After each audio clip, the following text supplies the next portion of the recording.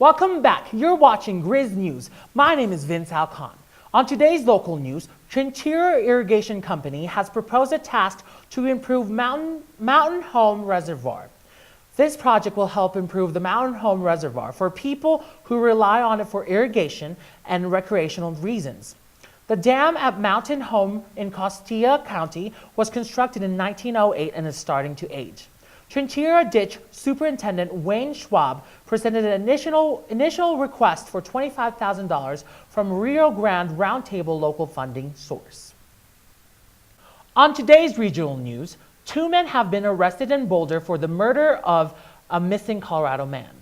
Moises Canzares, 26, and Russell Britton, 58, were arrested on the weekend for suspicion of first-degree murder of a 25-year-old Nathaniel Tallman of Lafayette. Both of the accused have previously been convicted. On national news, beer makers Guinness, Sam Adams, and Heineken withdrew their sponsors from New York and Boston's St. Patrick's Day Parade. The companies withdrew due to the exclusion of openly gay, lesbian, and transgender participants. Guinness made a statement from its Connecticut office that it has a strong history of supporting diversity and was hoping that this year the rules would change. On more national news, a 4.4 magnitude earthquake hit Los Angeles Basin on Monday. The earthquake that hit Southern California was centered 2 miles from Encino and 15 miles northwest of downtown Civic Center.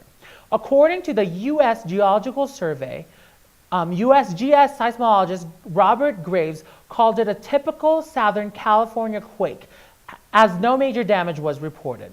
However, the quake was one of the largest to hit Los Angeles since the 6.7 magnitude Northridge quake that killed several dozen people and cost $25 billion in damage 2 decades ago.